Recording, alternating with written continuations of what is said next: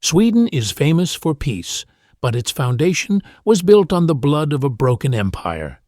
To the modern world, Sweden represents the height of human progress, stability, and social harmony. It is a land of vast forests and cold waters, governed by reason and diplomacy. The calm we see today is a mask, hiding a past of violent expansion and near-total collapse. Beneath the surface lies a history of lost empires and moments where the nation almost vanished. How did a terrifying military superpower transform into a symbol of global harmony? To understand the Sweden of today, we must look back to a time when it was the most feared military power on the continent. But as we will soon see, their greatest strength would eventually become their undoing. In the 17th century, Sweden was not a peaceful observer, but a lion of the north. Under the leadership of King Gustavus Adolphus, this small, sparsely populated kingdom transformed into a superpower. The Swedish army was a machine of war. During the 30 Years' War, it tore up the map of Europe.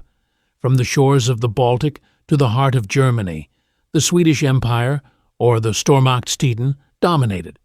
It was a golden age of prestige and territory, but it was built on a foundation of constant preparing for war and immense human cost. The empire looked invincible, but a hidden flaw was waiting to be exploited by its neighbors. In 1700, 3 nations made a secret pact to destroy Sweden, and they chose the perfect moment to strike. King Charles IV, a young and ambitious monarch, found himself surrounded by enemies. Denmark, Poland, and Russia formed a coalition to break apart Swedish dominance. While Charles the Bard achieved legendary victories early on, his ambition eventually led him into the vast, unforgiving interior of Russia. Then came 1709. At Poltava, the Swedish dream died in the freezing mud. The army was destroyed, the king fled, and the empire began to crumble. Within a few decades, Sweden lost its overseas territories and its status as a great power. This was the first great collapse. Sweden could no longer rule Europe with the sword. With its empire gone and its people starving, how could this broken nation possibly survive the industrial age? The 19th century brought a different kind of struggle. The conqueror was now the victim. Poverty took hold, and internal unrest threatened to tear the country apart. Famine struck the countryside, and millions of Swedes were forced to flee their homeland, seeking a better life in the United States. The country was at a crossroads. It could remain a stagnant farming society, or it could find a new way to survive in a rapidly industrializing world. This period of fragility forced a deep cultural shift. The Swedish people began to move away from the glories of the military past and toward a future built on internal development and social cooperation.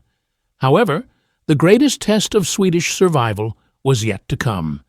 As the shadow of the Second World War fell over Europe, Sweden found itself in an impossible position.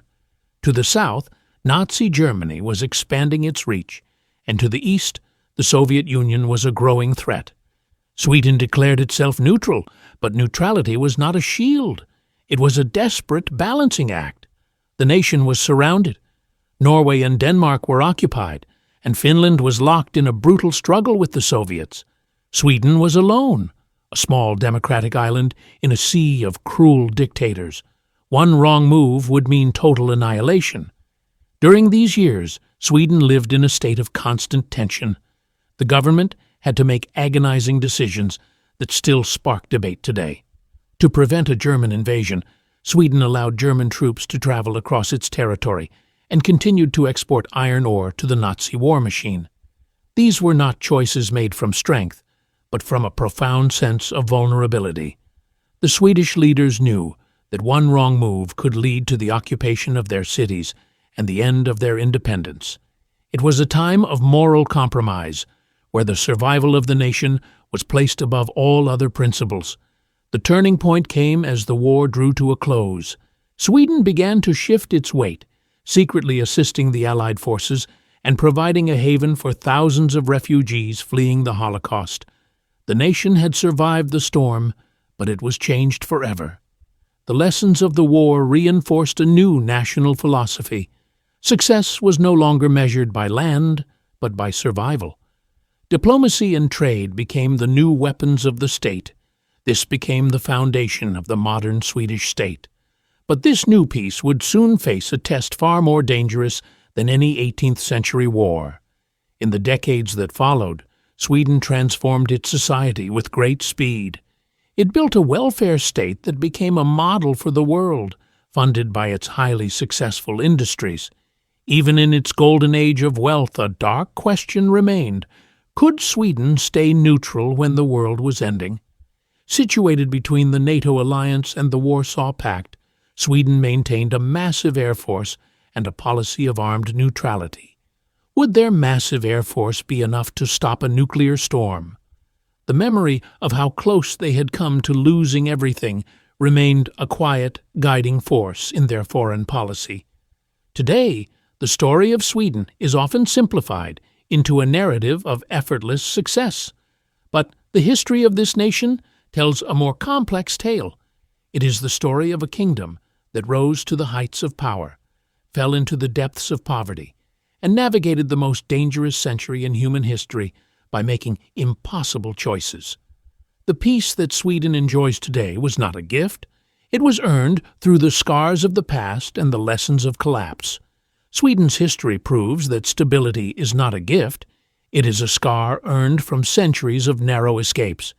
It requires constant adaptation and the courage to redefine one's identity when the old ways no longer work. Sweden's journey from a warrior empire to a peaceful mediator is proof of the strength of a people who learned that true strength is found not in the sword, but in the ability to endure and evolve. The world is changing again. Can the masters of survival endure one more transformation? History shows us that for Sweden, survival has always been a delicate art. Every nation's tale is a chapter in the history of us all.